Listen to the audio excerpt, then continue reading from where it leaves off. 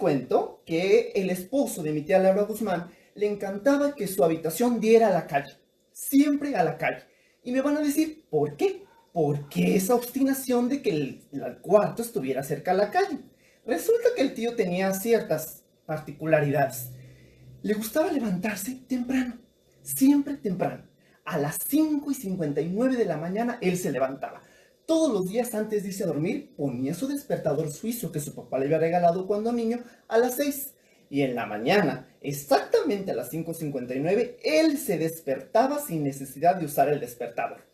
Y siempre le decía al despertador, era su primera frase, ni siquiera buenos días para mi tía Laura Guzmán, ni siquiera un gracias a Dios, nada, nada. Su primera frase todos los días en los 15 años que llevaba de matrimonio con mi tía Laura Guzmán era, eh, muy suizo reloj, pero te volví a ganar. 15 años era la primera frase que mi tía Laura Guzmán le escuchaba a mi tío todas las mañanas. Todas las mañanas era lo mismo. A las 5:59 ya estaba despierto y mi tía Laura, que era una desvelada, empedernida, le costaba tanto trabajo levantarse, pero siempre en silencio. Ella había estudiado con las monjitas del Sagrado Corazón de Jesús y ellas le habían enseñado cuáles eran los criterios esenciales de una señorita y más, que iba a ser una señora casada. En ese colegio no la instruían para educarse, claro que no.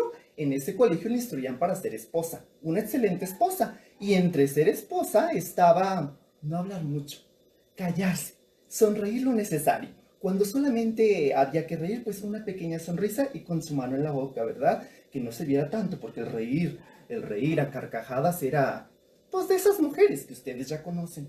Y entonces era reírse poquito, hablar poquito y asentir a todo lo que su marido quería decir. Imagínense, un día ella, sin más ni más, su mamá llegó y le dijeron que se iba a casar con ese hombre. Ni siquiera lo conocía, no sabía ni quién era, pero ella, como estaba educada para ser esposa, pues decidió aceptar.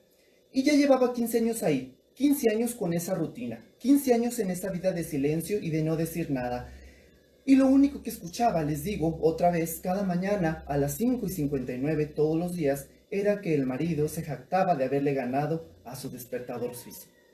Así era todo. Y en la noche, no se diga, se levantaba ella junto con él para preparar el desayuno y no lo veía en todo el día, hasta las 7 de la noche que llegaba a cenar. Después de la cena, se sentaba a leer el periódico y solamente, cabe mencionar, que había libros aceptados por su marido. No podía leer cualquier cosa, que luego le metían ideas en la cabeza. Sí, era el tiempo de la reforma. Vivían en Puebla. Imagínense, la plena reforma en México, esa lucha poderosísima entre el Estado y la Iglesia, y en ese ámbito estaban. El tío no quería que mi tía se contaminara con esas ideas libertadoras que andaban por ahí nadando por las calles de Puebla. Vivían por la calle principal, por la 5 de Mayo. Y al ser la calle principal, la avenida principal de la ciudad, siempre estaba llena de barullo. Por eso quería que la habitación estuviera a la calle. Así no se podía quedar dormido. Si no lo despertaba su despertador suizo, lo despertaría algún ruido de la calle.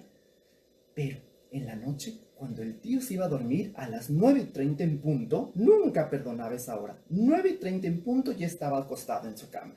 Y siempre subía sin decir nada, sin decir buenas noches, y ella, casi llegando al cuarto, le gritaba a la tía Laura Guzmán, diciéndole, querida, que no se te haga tarde, vente a dormir. Ella contestaba con toda la vehemencia de esa señorita que había sido educada, ¿verdad? Y contestaba, ahorita te alcanzo, mi cielo. Pero claro que no, no lo alcanzaba. Nunca lo había alcanzado en esos 15 años. ¿Qué hacía la tía Laura Guzmán? Se los cuento.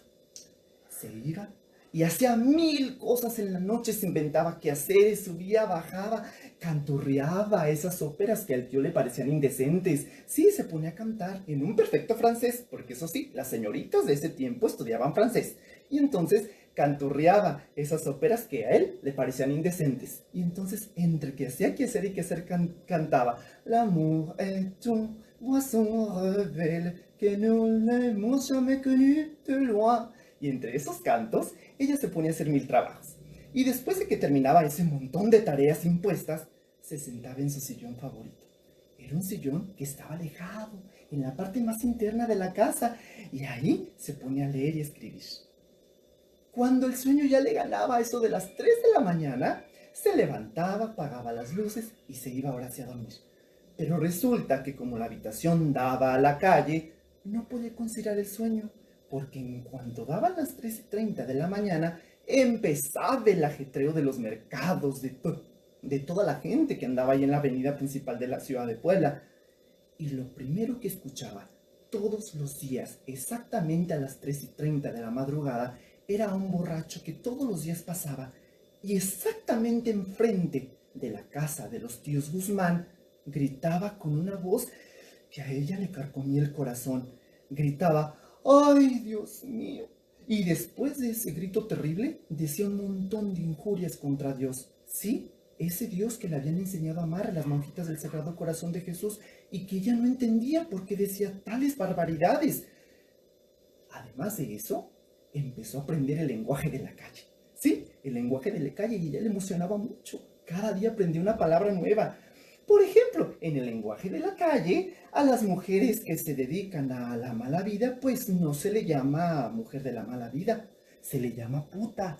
Y entonces, al hombre que es malvado no se le llama malvado, se le llama cabrón. Y al que es el peor de todos los hombres, se le llama hijo de la chingada. Sí, ese es el lenguaje de la calle y ella lo anotaba todo en su libretita. A la mala mujer la llaman puta. Al hombre que es malvado lo llaman cabrón. Al que es peor que todos lo llaman hijo de la chingada. Y entonces ya tenía un acervo de más de 500 palabras anotadas en su cuadernito. Sí, y le puso como título al cuadernito El lenguaje de la calle. Todos los días era la misma historia y todos los días la misma rutina. Así transcurrían los días de mi tía Laura Guzmán. Y entonces, un día hubo algo diferente. En la cena, el tío habló y le dijo a la tía Laura, querida, mañana tenemos una invitación a la casa de los González. Tú sabes, van a estar todo el prelado ahí, va a estar, fíjate bien, va a estar el cardenal, el obispo, el arzobispo, el señor cura y tu antigua directora del colegio de las monjitas del Sagrado Corazón de Jesús, más la familia González con sus 12 hijos. Ella ya se sabía la historia, ya se la sabía, en cada cena y en cada reunión era lo mismo. El tío iba y resaltaba las muchas virtudes de la tía Laura, pero eso sí, las virtudes cambiaban según la ocasión. Y entonces, si iban a un lugar de una familia libertadora con ideas liberales, ahí la tía Laura Guzmán era una feminista. Si iban a la casa de un músico, la tía era una gran pianista. Si iban a la casa de un escritor, la tía escribía poesía. Y así, en cada uno. En esta casa, lo particular era con una familia muy católica. Sí, los señores González no se perdían ninguna misa, ningún rosario, y habían tenido 12 hijos con la idea de que Dios les diera todos los hijos que pudieran tener. Así que no hubo más. A otro día, la misma historia. Ella se levantó con el alma cargada en la espalda a las 5:59 de la mañana, y bueno, tuvo bastante tiempo para arreglarse. El tío prometió estar por ella exactamente a las 8 en punto para irse a la casa de los González. Ella, ese día, se puso un vestido negro al cuerpo, al calle. Se alzó sobre 2 tacones de terciopelo negro y se colocó en el cuello un collar exquisito de perlas, herencia de su bisabuela. Se acomodó el cabello, se recogió, se pintó los labios de color carmesí y estaba lista. A las 8 en punto, cuando llegó el tío por ella, la vio y el tío, sin hacer más alarde, simplemente le dijo: «Qué bien te ves, querida. No pudo haber elegido esposa mejor». La tía, que ya se sabía estas frases gastadas de más de 15 años y que siempre eran las mismas, no dijo nada, ni agradeció el cumplido barato. Simplemente le puso el brazo al tío para que él la tomara y salieron hacia la reunión de la casa de los González. Ya estando ahí, pues imagínense, empezó el gran negocio. El gran negocio era el siguiente. Era el tiempo de la Reforma. Había una pelea a muerte entre el Estado y la Iglesia Católica ya no podía adquirir más lugares, ni residencias, ni terrenos. Entonces el trato era que el tío comprara terrenos al nombre de él y luego en un gran arranque de solidaridad cristiana donara todo a la Iglesia Católica de Puebla. Imagínense la recompensa para el tío. La recompensa era 2 rosarios de pétalos de rosa venidos directamente del Vaticano, 10 indulgencias plenarias y 5 permisos para poder faltar a misa los domingos sin acumular pecados mortales.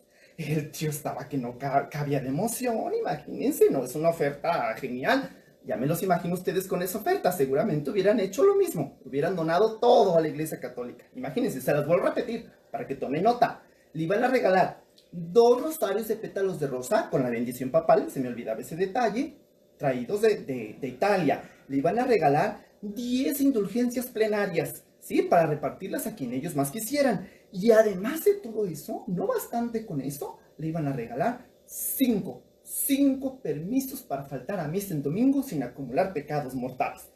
El tío estaba que no cabía de emoción. Y bueno, cuando dijo que sí, pues empezó la misma historia de cada reunión. Empezó a exaltar las virtudes de la tía Laura Guzmán.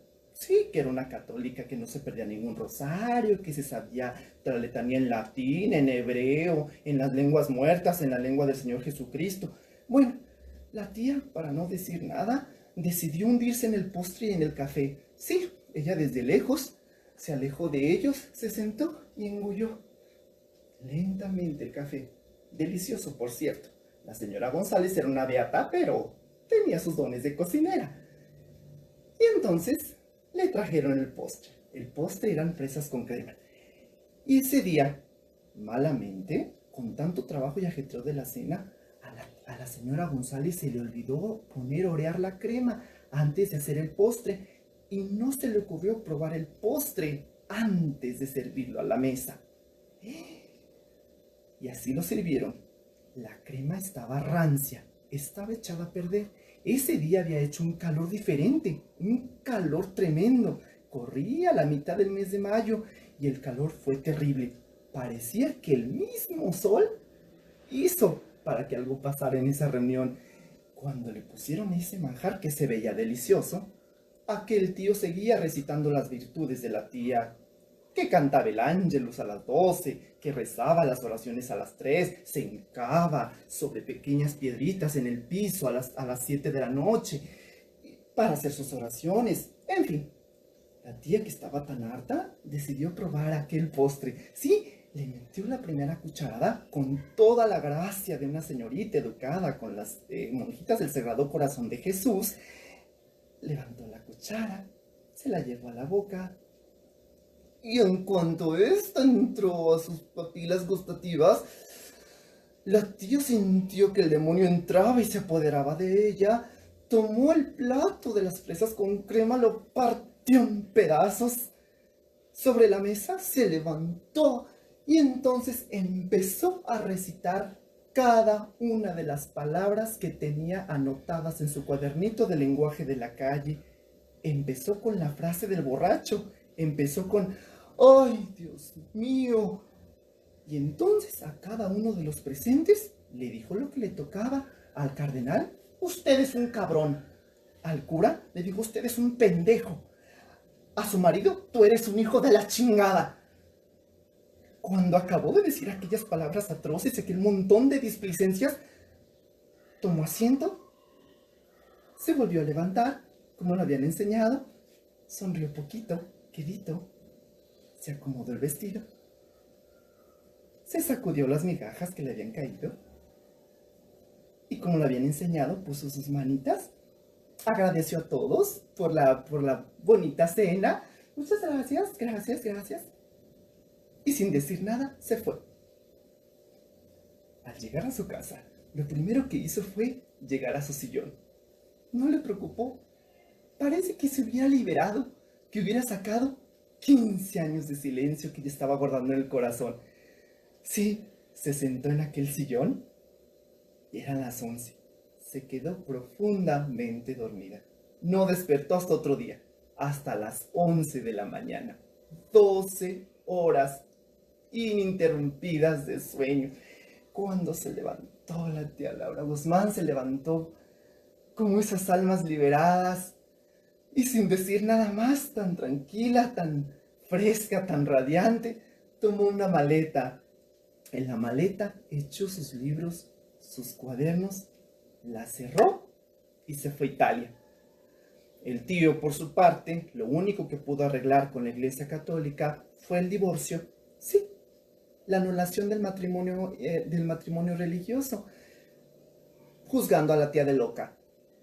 La tía, por su parte, se fue a Italia. La familia jamás volvimos a saber de mi tía Laura Guzmán. Pero eso sí, les puedo asegurar, estamos seguros toda la familia y creemos sin duda que mi tía Laura, por fin, después de 15 años, fue feliz. Gracias.